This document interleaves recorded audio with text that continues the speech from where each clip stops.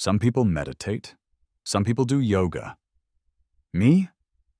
I sit on the slightly rickety porch swing my grandfather built, a mug of lukewarm coffee in my hands, and I watch my front yard grow. To the untrained eye, the lawn at 124 Willow Lane might seem neglected, unloved even. But those people lack vision. They see a problem. I see a glorious, chaotic ecosystem thriving in defiance of suburban homogeneity. Where they see weeds, I see pioneers. The dandelions, for instance, aren't an infestation. They're a constellation of little suns scattered across a green universe, their cheerful yellow heads tracking the daylight, the creeping Charlie that's staging a slow-motion coup against the fescue. It's a lush, verdant ground cover, far softer on the bare foot than any chemically treated turf. And the clover, my God, the clover. It's a 5-star all-you-can-eat buffet for the local bee population. I'm not just a homeowner. I'm a restaurateur for pollinators. My favorite, though, was the magnificent thistle that had sprung up near the mailbox. It was a beast, nearly 3 feet tall, with jagged, spiky leaves that screamed, "Don't mess with me," and a crown of vibrant purple that was pure royalty. It had, as I often mused, architectural integrity. It was a sculpture crafted by nature and neglect. This little slice of inherited paradise was my sanctuary. I'd moved into my grandfather's house 6 months ago after he passed. It was a bit dated, smelled faintly of old spice and sawdust, and came with the solemn duty of sorting through 50 years of collected curiosities. The yard was the last thing on my mind. I worked from home as a graphic designer, spending my days pushing pixels and my evenings trying to figure out what to do with a box full of antique doorknobs. The lawn could take care of itself. And it did, magnificently. My zen was shattered on a Tuesday morning by the appearance of a woman who moved with the grim purpose of a Terminator. She wasn't walking on the sidewalk. She was patrolling it. Dressed in a navy blue polo shirt with an embroidered oak leaf, a blindingly white tennis visor, and shorts so crisply creased they could have cut glass, she was the physical embodiment of a strongly worded email. She stopped at the edge of my property, a shimmering heat mirage of disapproval. Then she produced a tape measure. I watched, mesmerized, as she knelt with the stiff precision of a robot and measured a blade of grass near the curb. She shook her head, made a note on a clipboard, and then, sensing my gaze, she looked up. Her smile was a terrifying baring of teeth. "Oh, hello," she called out, her voice carrying an unnatural level of cheer. "Just doing a routine community standards check." "Morning," I said, giving a lazy wave with my coffee mug. "Find any interesting specimens?" "Well," she said, her smile tightening, "I am finding a significant amount of Taraxacum officinale, and your fescue blend is exceeding the 4-inch height regulation in several quadrants." It took me a second to process. Taraxacum officinale? Quadrants? Was she a botanist, a surveyor? "You mean the dandelions and the tall grass?" I asked. "As I said," she clipped, retracting her tape measure with a sharp zip. "I'm Carol Peterson, by the way, president of the Oak Meadows Homeowners Association." Of course she was. The final puzzle piece of suburban dread clicked into place. The dreaded HOA. My grandfather had always called them the Beige Police. "Leo Maxwell," I offered. "Just moved in." "I know," she said, and the words hung in the air with a slightly ominous weight. "We were all so fond of your grandfather. He kept such an orderly lawn." The subtext was as subtle as a foghorn. "It's just that curb appeal is a shared responsibility. It affects everyone's property values, you understand. A tidy neighborhood is a happy neighborhood." "Right. Well, the bees seem pretty happy, I said, gesturing with my mug toward a particularly bustling patch of clover. Carol's smile flickered and died. It was replaced by a look of grim resolve. You'll find our community covenants and bylaws in the welcome packet you were mailed. I'd suggest a thorough review of Section 4. Have a wonderful day, Leo. She turned and marched away, her clipboard held like a weapon. The encounter left a bad taste in my mouth. It was the petty, self-important authority of it all. This was my house, my dirt, my dandelions. 3 days later, the official declaration of war arrived. It came in a crisp, cream-colored envelope with the Oak Meadows oak leaf logo embossed in gold. It felt heavier than it should. Inside, on thick, expensive-feeling paper, was my death sentence. Dear Mr. Maxwell, this letter serves as a formal notice of violation of the Oak Meadows covenants, conditions, and restrictions, CC and Rs. An inspection of your property at 124 Willow Lane, conducted on September 2, 2025, has revealed several infractions. These include, but are not limited to, Violation 4.2. A. Failure to maintain lawn. Turf height exceeds the regulated maximum of 4 inches in numerous areas. Violation 4.3c. Presence of nuisance weeds. The property exhibits a significant infestation of broadleaf weeds, including but not limited to Taraxacum officinale, dandelion, Trifolium repens, white clover, and Cirsium vulgar, bull thistle. Violation 4.5b. General unkempt appearance. The overall state of the landscaping is not in harmony with community standards of aesthetic appeal. You are hereby required to rectify these violations within 14 calendar days of the date of this notice. Failure to comply will result in a fine of $50 per day until the property is brought into compliance. Sincerely, Carol Peterson, President Oak Meadows HOA. I read it twice, then a third time. They had cited the scientific names. They had actually cited the scientific names for my weeds. This wasn't a neighborly note. It was a legal document, a sterile, condescending slab of text designed to intimidate. The $50 a day fine was the cherry on top of the passive-aggressive sundae. A slow, hot rage began to build in my chest. It wasn't about the mowing. I could mow the lawn in an hour. It was the principle, the sheer, unmitigated gall. They wanted to legislate my grass. They wanted to fine my flora. They wanted to sterilize my little patch of beautiful, chaotic life and replace it with a boring, green, chemical-soaked carpet just like everyone else's. I picked up my phone and dialed my friend Mark.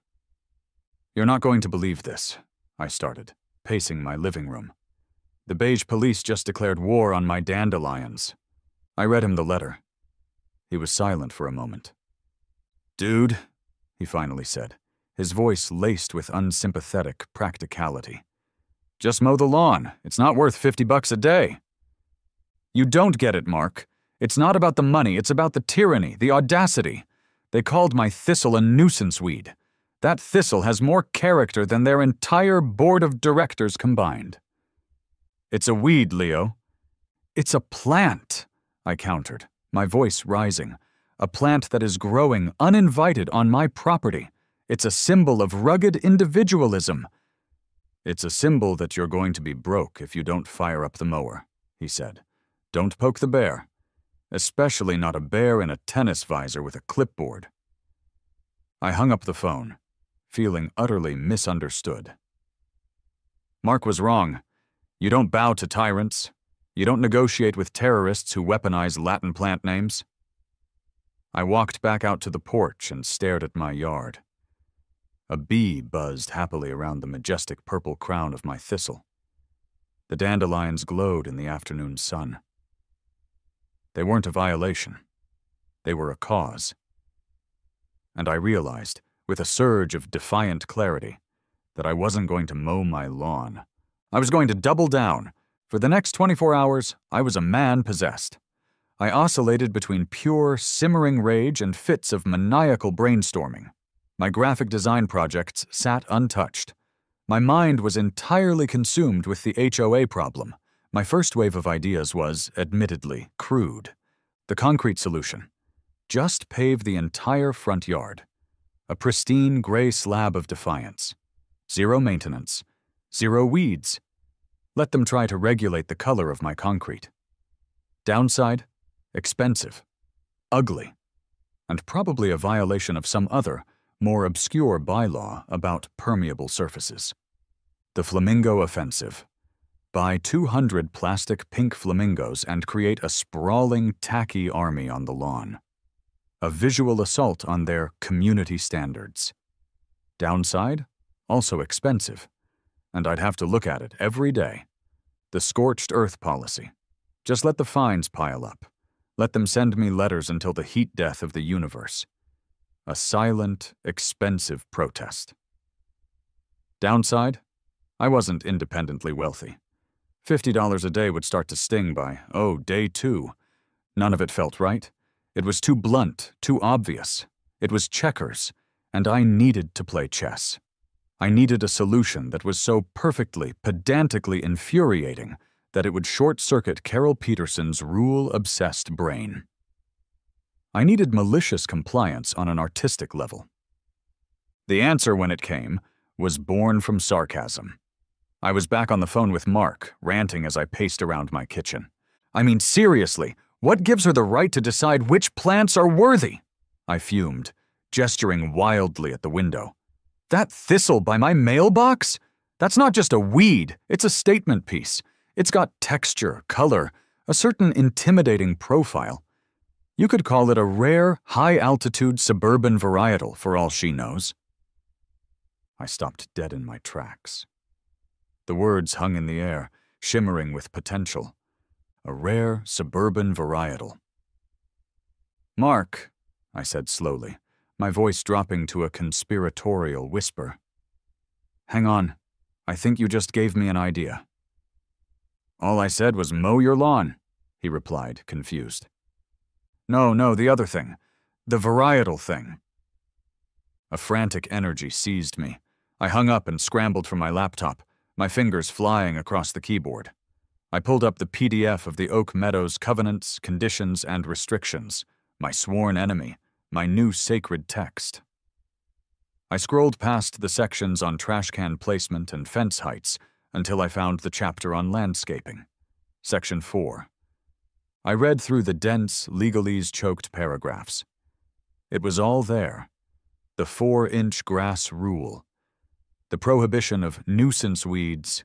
The vague requirement for a manicured and harmonious appearance. But then I found it. The loophole.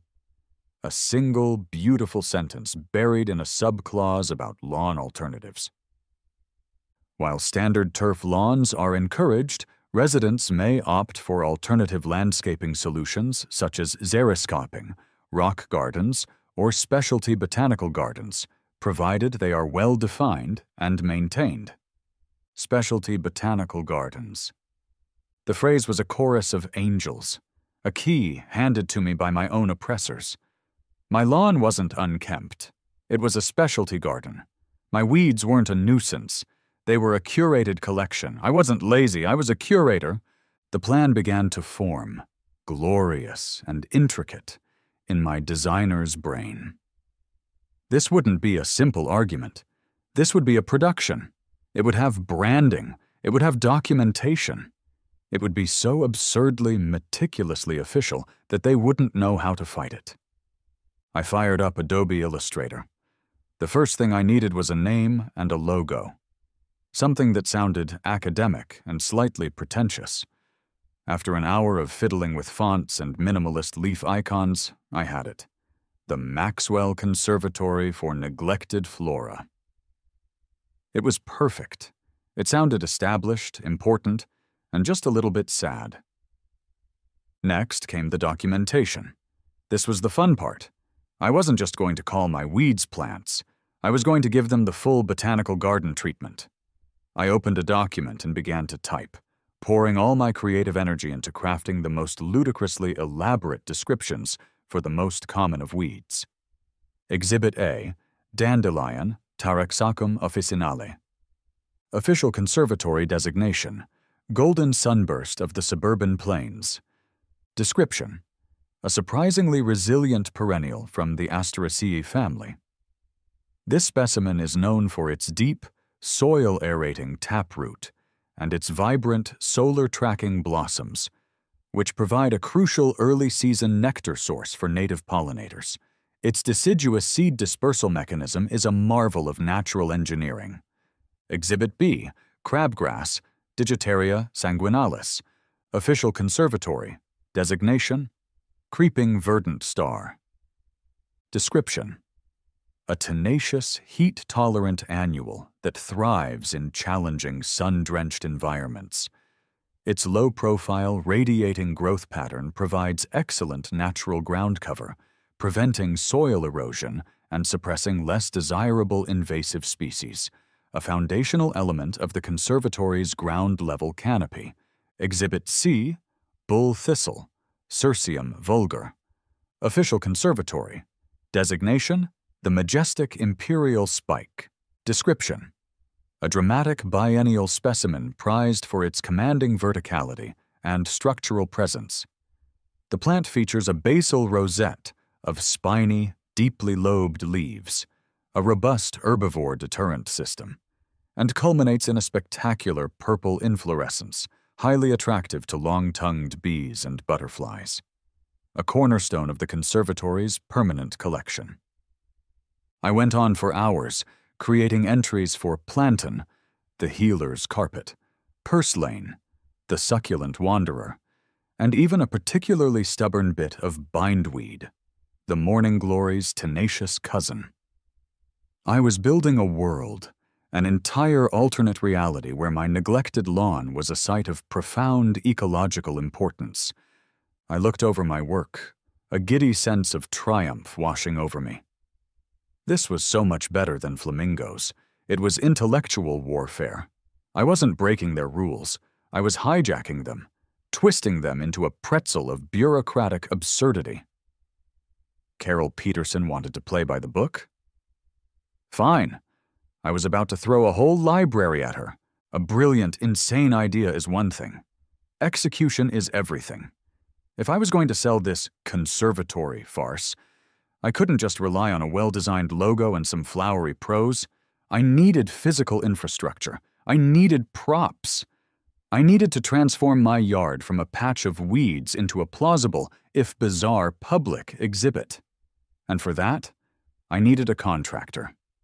I found his ad tacked to the bulletin board at the local hardware store, right between a flyer for a lost cat and a business card for a psychic. The ad was simple, printed in no-nonsense black ink on orange paper. Gus's handyman services, no job too weird, call Gus. The no job too weird part felt like a sign from the universe. I called the number.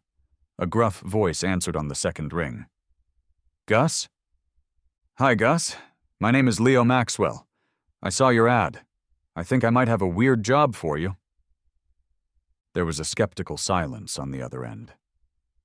Kid, last week I had to install a doggy door in a submarine hatch someone bolted to their bathroom. The bar for weird is pretty high. What have you got? I took a deep breath. I need you to build a small, decorative fence around my front lawn, and an archway. But under no circumstances can you harm any of the weeds. Another long pause. I could hear the faint sound of what might have been chewing tobacco. Say that again. I explained the situation. The HOA, the letter, the loophole, the Maxwell Conservatory for neglected flora. When I finished, the silence was so profound I thought he'd hung up. Gus, you there? I'm here, he finally grumbled. Just processing. So you're paying me real American dollars to build a fancy frame around a bunch of dandelions so you can stick it to the lady with the visor? That's the gist of it, yes? A slow, gravelly chuckle rumbled through the phone. "I'll be there in an hour. This I gotta see."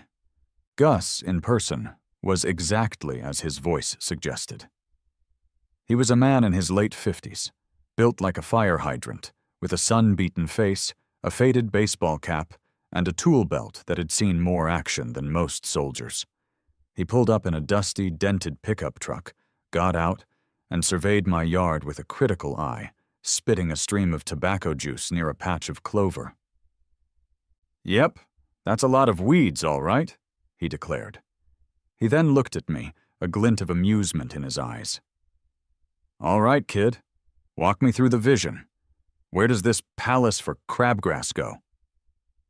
For the next half hour, we paced the yard while I laid out my grand design. I wasn't just a client, I was an artistic director. "Okay, so the fence," I began, gesturing wildly. "I'm thinking something rustic. Natural wood posts, not too high, maybe 2 feet, and a thick, nautical-style rope looping between them. It needs to say, 'This is a designated area,' without screaming, 'Keep out.' It should feel inviting but official."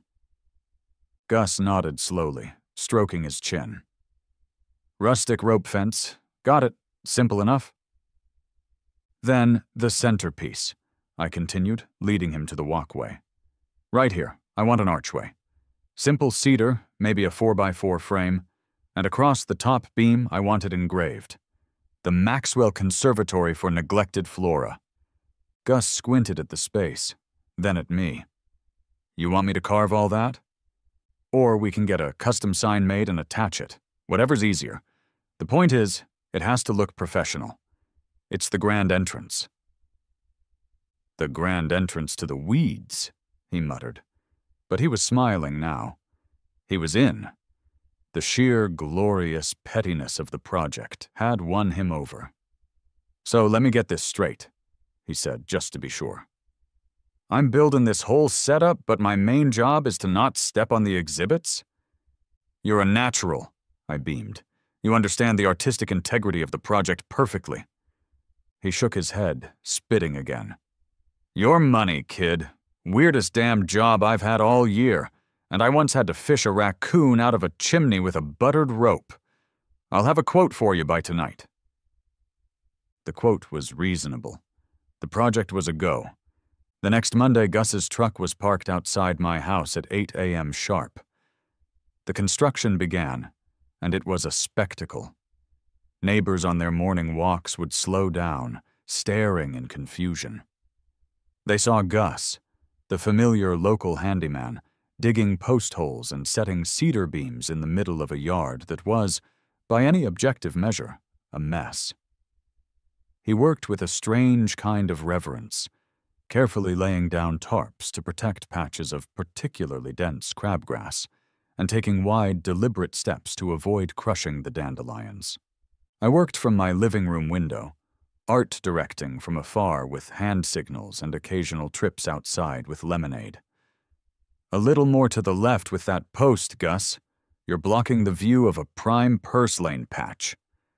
He'd just shake his head and move the post. While Gus handled the heavy lifting, I focused on the details. I found a local trophy shop that also did custom engraving. The teenager behind the counter gave me a deeply confused look when I ordered 10 small, weatherproof aluminum plaques. "What do you want them to say?" he asked, poised over his keyboard. "Okay, the first one," I said, reading from my notes. "Majestic imperial spike, Cirsium vulgar." He typed slowly, his brow furrowed. "Okay, like for a dog's grave?" "Botanical marker," I corrected him cheerfully. 9 more to go." By the time he was done typing out golden sunburst of the suburban plains and creeping verdant star, he looked like he was questioning all his life choices. But the plaques, when they were ready 2 days later, were perfect. Sleek, professional, with sharp, black lettering on a brushed aluminum background. The final piece of the puzzle was the digital footprint. A physical installation was good, but a corresponding online presence would elevate the absurdity to another level. I bought the domain name maxwellconservatory.org. The .org was crucial for an air of non-profit legitimacy. I designed a website that was a masterpiece of minimalist elegance, a simple, stark logo on a white background, a gallery of high-resolution, lovingly photographed images of my finest weeds, an About Us page with a mission statement about recontextualizing the definition of a garden and promoting biodiversity in overly curated suburban landscapes. On Friday, exactly 1 week after I received the letter, the project was complete. Gus installed the final rope on the fence and screwed the heavy, beautifully carved sign to the archway. He stepped back, wiping his hands on his jeans. "Well," he said, a slow grin spreading across his face. "It's something, all right? It's really something." It was more than something. It was glorious. The rustic fence perfectly defined the space. The grand archway gave it an air of importance. I spent the rest of the afternoon meticulously installing my botanical plaques.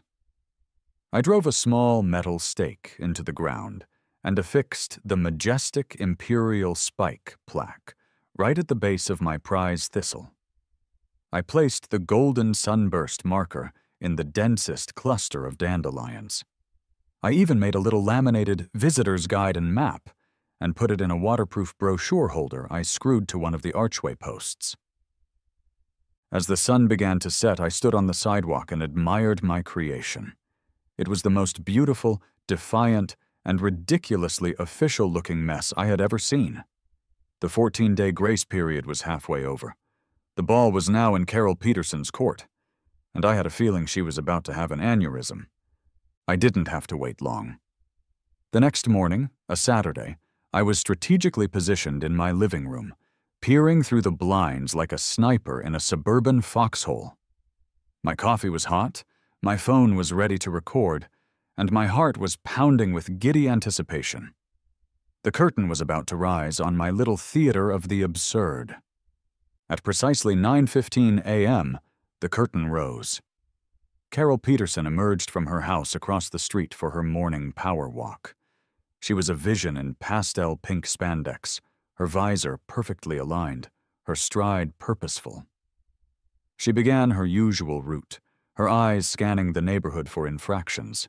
A recycling bin left out too long, a newspaper still in its plastic sleeve.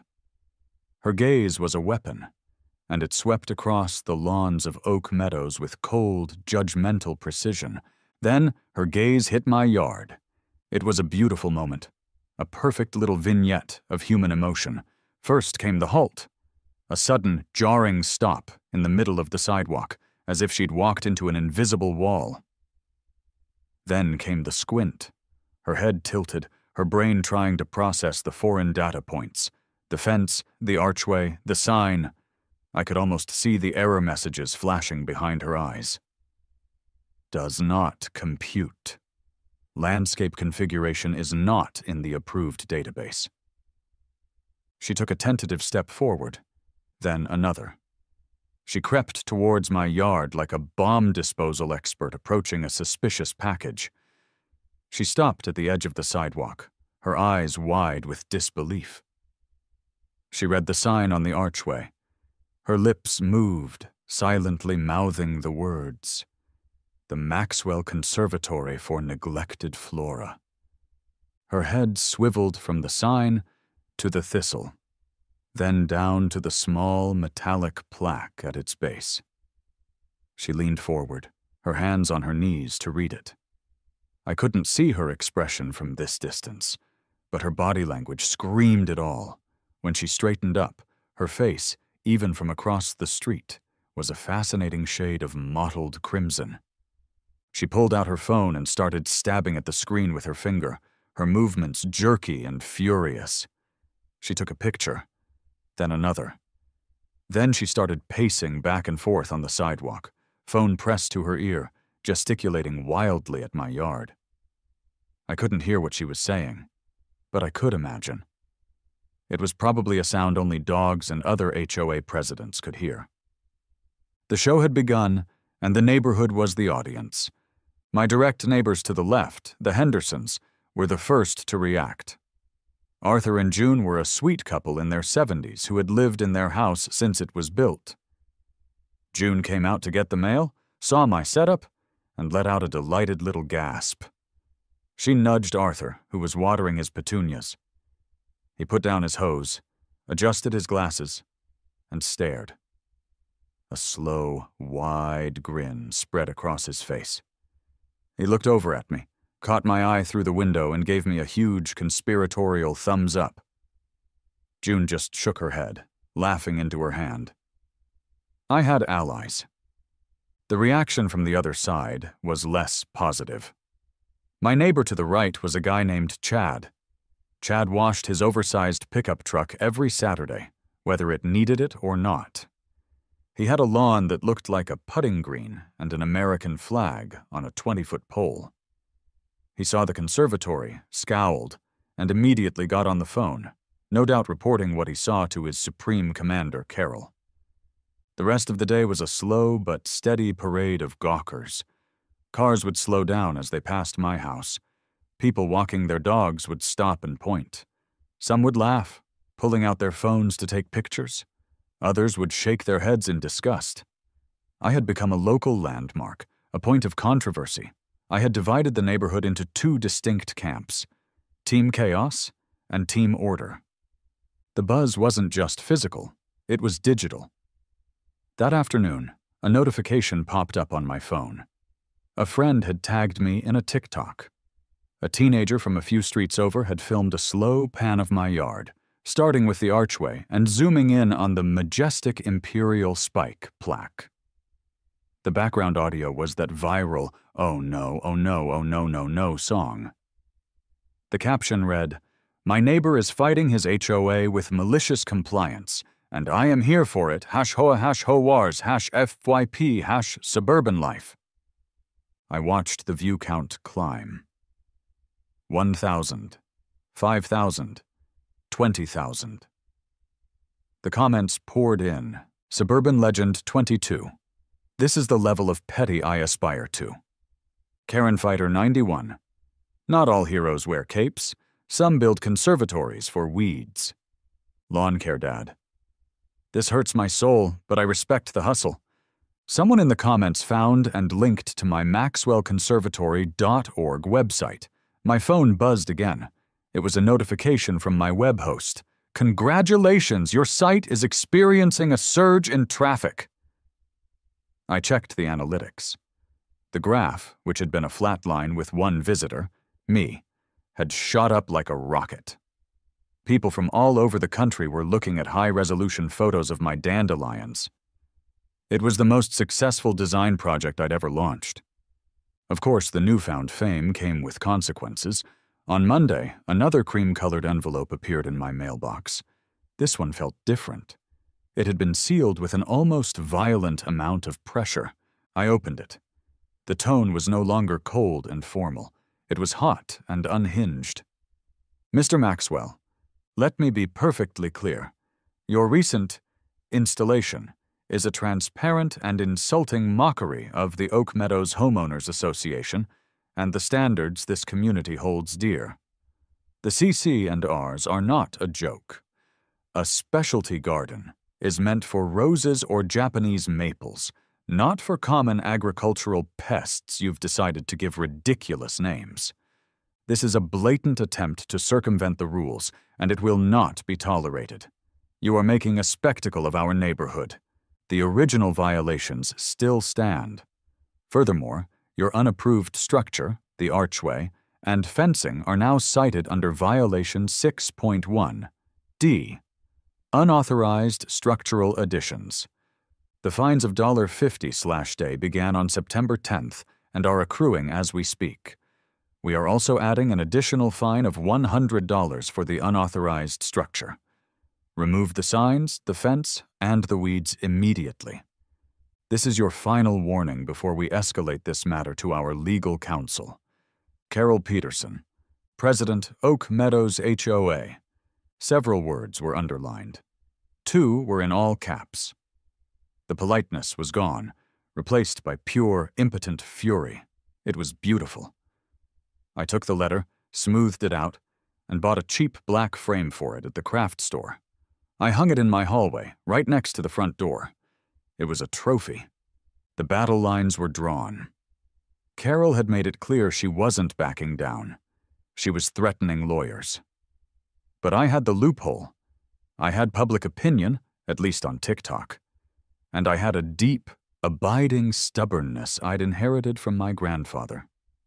I looked out at my beautiful, plaque-adorned, weed-filled yard. She called it a spectacle. I called it art. And the show was far from over. For the next few days, an uneasy quiet settled over Willow Lane. It was the suburban equivalent of a Cold War standoff. I'd see Carol glaring at my conservatory from her window. I'd give her a cheerful little wave. She'd snatch her curtain shut. The fines were theoretically piling up, but I hadn't seen an actual invoice yet. It was a war of nerves. I was content to wait her out. Carol, it turned out, was not. The escalation came on a Thursday afternoon. I was in my office, trying to finalize a logo for a new brand of artisanal pickles, when I saw the flash of red and blue lights slide across my wall. I peered out the window. A police cruiser was pulling up to the curb, right in front of my house. Not just slowing down, but stopping. The lights went off, but the car remained. A silent, official omen sitting directly in front of the Maxwell Conservatory for neglected flora. My heart did a little tap dance against my ribs. Okay, this was a move I hadn't anticipated. Calling the cops over crabgrass seemed a bit much, even for Carol. I watched as two officers got out of the car. One was older, with a weary, seen-it-all look on his face. The other was younger, taller, and looked like he was trying very hard to maintain a serious expression. They walked up my path, their eyes scanning the archway, the plaques, the thistle. I saw the younger one's lips twitch. I took a deep breath, pasted on my most polite, "What seems to be the problem, officer?" face, and opened the door before they could knock. "Good afternoon, gentlemen," I said, leaning against the doorframe. "Can I help you with something?" The older officer, whose name tag read Miller, gestured vaguely toward my yard. "Sir, are you Leo Maxwell, the resident of this property?" "I am," I said proudly, "and curator of this establishment. Welcome to the Maxwell Conservatory." Officer Miller stared at me with tired eyes. His partner, Officer Davis, cleared his throat, a sound that was suspiciously close to a choked-back laugh. "Sir," Miller began again, consulting a small notepad, "we received a call about a public nuisance, a potential zoning violation, something about the cultivation of noxious weeds." The phrase was unmistakable. Carol's panicked Google search results delivered via a 911 call. This was next level. "Noxious weeds," I gasped, putting a hand to my chest in mock horror. "Heavens, no. These are all curated specimens. There's nothing noxious here. Would you like a tour?" Officer Miller looked like he'd rather be anywhere else on Earth. Officer Davis, on the other hand, looked intrigued. "A tour?" Davis asked, his professional demeanor cracking just a little. "Of course," I said, stepping out onto the porch. "It would be my pleasure. We're a new institution, so we're always happy to welcome our first official visitors. Right this way." I led them through the archway. Miller walked with the reluctance of a man on his way to a root canal. Davis followed with a sort of fascinated curiosity. "As you can see," I began, my voice taking on the smooth, practiced tone of a museum docent. "The conservatory is designed to showcase the resilience and understated beauty of flora often dismissed by traditional horticulture." I stopped at the first plaque. Here, for example, we have a thriving community of Trifolium repens, or as we call it, the emerald carpet of the free bee. a nitrogen-fixing legume of the highest order. I glanced at the officers. Miller was just blinking at me. Davis was biting the inside of his cheek. We moved on. "And this," I announced with a grand flourish, gesturing to the main attraction, "is the cornerstone of our collection, the majestic imperial spike, Cirsium vulgar. A truly stunning example of a biennial specimen. Notice the robust, deer-resistant defense mechanism." I pointed at the sharp, spiky leaves. "You mean the thorns," Miller said flatly. "Defensive spines, yes," I corrected gently. "A testament to its evolutionary prowess." I gave them the full tour. I showed them the creeping verdant star. I pointed out the unique soil-aerating properties of the golden sunburst's deep taproot. I explained my mission statement about promoting biodiversity. For 10 solid minutes, I subjected these two police officers to the most absurd, deadpan botanical lecture of their lives. Finally, we arrived back at the walkway. I turned to them with a self-satisfied smile. "So, as you can see, officers, there's nothing noxious here, just a misunderstood and deeply educational collection." I gestured to the laminated visitor's guide. "Feel free to take a map on your way out." There was a long, heavy silence. Officer Davis turned away, ostensibly to look at my neighbor's perfectly manicured hedge, but I could see his shoulders shaking. Officer Miller took a long, slow breath and pinched the bridge of his nose. "Sir," he said, his voice strained, "your neighbor, Miss Peterson, seems to be under the impression that you're violating city ordinances." "And am I?" I asked, all innocence. He sighed, a deep, weary sound that spoke of a long career filled with ridiculous calls like this one.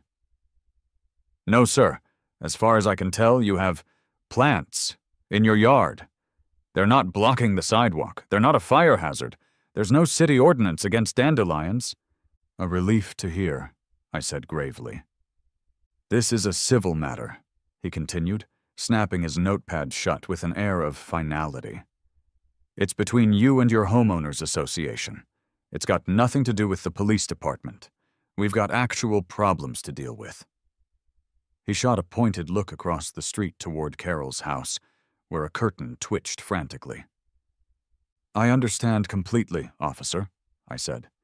"Thank you for your service and for stopping by the conservatory. We'll be sure to offer a discount for law enforcement when we start charging for admission." This time Davis didn't even try to hide it. A loud snort escaped him, which he quickly disguised as a cough. Miller just shook his head, a faint hint of a smile on his face. "You have fun with this, sir," he said, turning to leave. "Just try to keep it civil." "Will do, officer, will do." I watched them get back in their cruiser. They sat there for a moment, and I could clearly see them both laughing before they pulled away from the curb and drove off down the street. I looked across at Carol's house. Her front door slammed shut with a crack that echoed in the quiet afternoon air. The police had been called. They had come, they had seen, and they had laughed. This wasn't just a victory, it was a rout. I had survived the ultimate Karen move. The fines, the letters, the threats, they were all just words. But that police cruiser pulling away without taking me away in handcuffs was a clear, undeniable signal. I was winning, and I knew with absolute certainty that Carol Peterson's head was about to explode. Carol's head did not, in fact, explode. Instead, she channeled her thermonuclear rage into bureaucratic action. 2 days after the police visit, a notice was posted on the community message board and slipped under every door in Oak Meadows. Emergency HOA meeting. Agenda: urgent vote on the property at 124 Willow Lane and an egregious violation of community standards. Date: Wednesday, September 24th. Time: 7 p.m. Sharp. Location: Oak Meadows Community Clubhouse. This was it. The final showdown. She was done with letters and phone calls. She was taking me to court. The kangaroo court of public opinion and petty tyrants. The wording was so dramatic, so over the top, an egregious violation. You'd think I was operating a meth lab, not cultivating crabgrass. The night of the meeting, the air in the community clubhouse was thick with tension and the smell of stale coffee. The room was packed. I hadn't realized how big a deal my little protest had become. The uncomfortable folding chairs were filled with the residents of Oak Meadows, who had clearly sorted themselves into factions. In the front rows sat Carol's loyalists, Chad from next door, a few other residents with unnervingly perfect lawns, all of them scowling at me with undisguised hostility. In the back, a larger, more amused contingent had gathered. The Hendersons, who gave me a warm smile. The young family from across the street. The TikTok teenager and his parents. And a smattering of others who just seemed to be here for the free entertainment. I took a seat in the middle, a neutral Switzerland in a room on the brink of civil war. The meeting began. Carol, standing at a flimsy lectern, banged a gavel with far more force than necessary. "This emergency meeting of the Oak Meadows Homeowners Association is now in session," she announced, her voice trembling with righteous indignation. "We have one item on the agenda tonight, the flagrant and disrespectful violation of our community's covenants by the resident of 124 Willow Lane, Mr. Leo Maxwell." All eyes turned to me. I gave a polite little wave. Carol clicked a button on a remote, and a projector screen behind her flickered to life. The first slide was a picture of my house, taken from the street. A large red circle was drawn around my yard. "For months," she began, her voice rising with theatrical drama, "our community has been subjected to this eyesore." She clicked to the next slide, a close-up of a dandelion. "Mr. Maxwell has refused to maintain his property. He has allowed it to become overgrown with common, noxious weeds." Click. A picture of my thistle. "He has demonstrated a complete disregard for our shared property values and the aesthetic harmony of our neighborhood." She then walked the assembly through her side of the story. The polite warnings, the official letters, all of which she portrayed as reasonable requests that were met with mockery. "And this," she said, her voice dripping with contempt as she clicked to a picture of my archway, "was his response. A joke. A childish, insulting prank designed to make a mockery of the rules that protect our community and our investments." She ended her presentation with a final, dramatic plea. "If we allow this to stand, what's next? Cars on blocks? Unpainted fences? We must send a clear message. I am calling for a vote to levy the maximum possible fine of $2,000 on Mr. Maxwell, and to place a lien on his property until the violations are corrected. We must protect the integrity of Oak Meadows." A smattering of applause came from the front rows. Carol looked triumphant. She had laid out her case. Now, it was my turn. "Mr. Maxwell," she sneered, "do you have anything to say for yourself?" "I do, as a matter of fact," I said, standing up and walking to the lectern. I pulled a USB stick from my pocket and handed it to the person managing the laptop. "I have a short presentation as well." Carol looked stunned. She hadn't expected a counter-offensive. A moment later, my title slide appeared on the screen. It featured my elegant logo, the Maxwell Conservatory for Neglected Flora, a beacon of biodiversity and ecological responsibility. A murmur went through the crowd. "Good evening, everyone," I began, my voice calm and steady. "My name is Leo Maxwell, and I am the curator of the institution you see before you. I understand there's been some confusion about the nature of my landscaping project. Ms. Peterson refers to it as a violation. I'm here to tell you that it is, in fact, a solution." Click. The next slide showed a vibrant, colorful chart.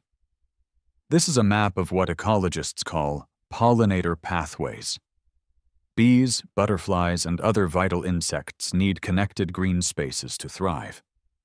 The endless, sterile monocultures of traditional turf lawns create what are known as food deserts for these creatures. Click. A picture of a bee on one of my clover blossoms. The Maxwell Conservatory is a proud participant in reversing this trend.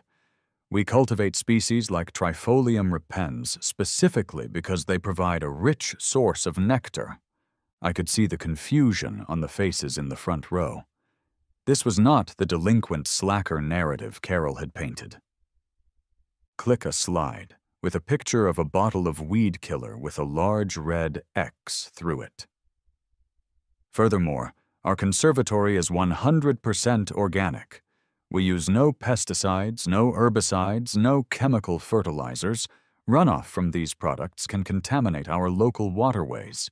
The conservatory represents a commitment to a healthier, chemical-free environment for our children and pets. The young family in the back nodded enthusiastically. Click. My final slide showed a group of children. It was stock photography, but they didn't need to know that, looking curiously at a flower. Finally, the conservatory serves an educational purpose. It's a living museum, a place to learn about the incredible resilience and diversity of the plant kingdom. I've already had several families from the neighborhood stop by for tours. I'm even in preliminary talks, a complete lie, but it sounded good, with the local community college's botany department about a potential partnership. I lowered my voice, looking around the room. What Miss Peterson sees as an eyesore, I see as an asset. A small but powerful statement that Oak Meadows is a forward-thinking community that values biodiversity, environmental health, and education.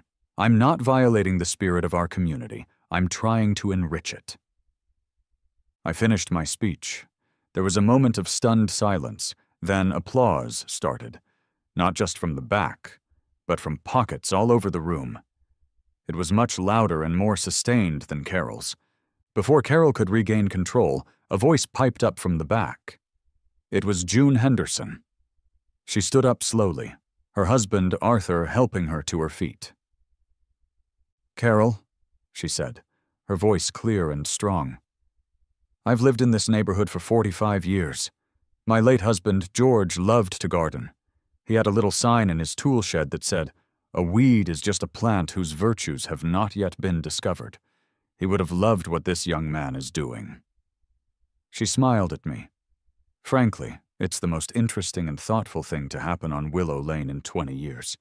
It's certainly better than another boring lawn. That was the turning point. The dam of suburban conformity broke. Mrs. Henderson had given them permission. The father of the young family stood up. "My kids love the garden," he said. "They learned the word biennial because of that thistle. I'd rather they look at that than a lawn crew spraying poison everywhere." Carol was sputtering, banging her gavel uselessly. "This is not the topic of discussion. We need to vote on the fines." But it was too late. The mood in the room had shifted entirely. She had lost control. When she finally called for a vote on the motion to fine me and place a lien on my property, the result was a landslide. The ayes were a few lonely shouts from the front. The nays were a resounding chorus from the rest of the room. The motion failed. The room erupted. The back half broke into applause and cheers. Carol stood at the lectern, her face pale with shock and fury. Her reign was over. She had been publicly, decisively defeated. She grabbed her clipboard and stormed out of the clubhouse without another word. I was mobbed by well-wishers. The Hendersons gave me a hug. The TikTok kid gave me a fist bump. I had walked in as the neighborhood pariah and was walking out as a folk hero. I had fought the law, and I had won. The aftermath of the town hall tussle was swift and decisive. The HOA, without its iron-fisted leader, fell into a state of benign disarray. A week after the meeting, a quiet email went out to the community.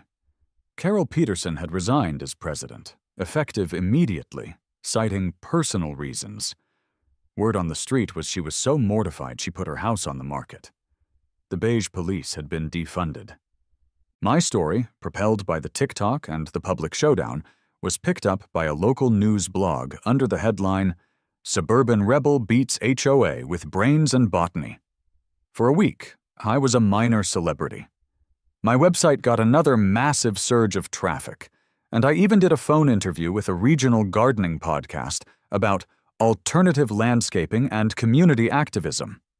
I was the guy who fought the HOA and won, not with anger or lawsuits, but with wit and weeds. In the quiet that followed, something funny happened. I looked out at my yard, at the thriving, chaotic tapestry of my conservatory, and realized it wasn't just a joke anymore. I'd spent so much time researching and writing about these plants that I'd actually grown fond of them. I found myself genuinely excited when I identified a new arrival. A patch of wild violets, Viola sororia, the shy heart of the undergrowth. I started a simple blog, linking it from the conservatory website, and wrote about my philosophy of rebellious gardening. The project, born of spite, had blossomed into a genuine passion. The story ends, as it began, on my porch swing. It was a perfect autumn afternoon a few months later.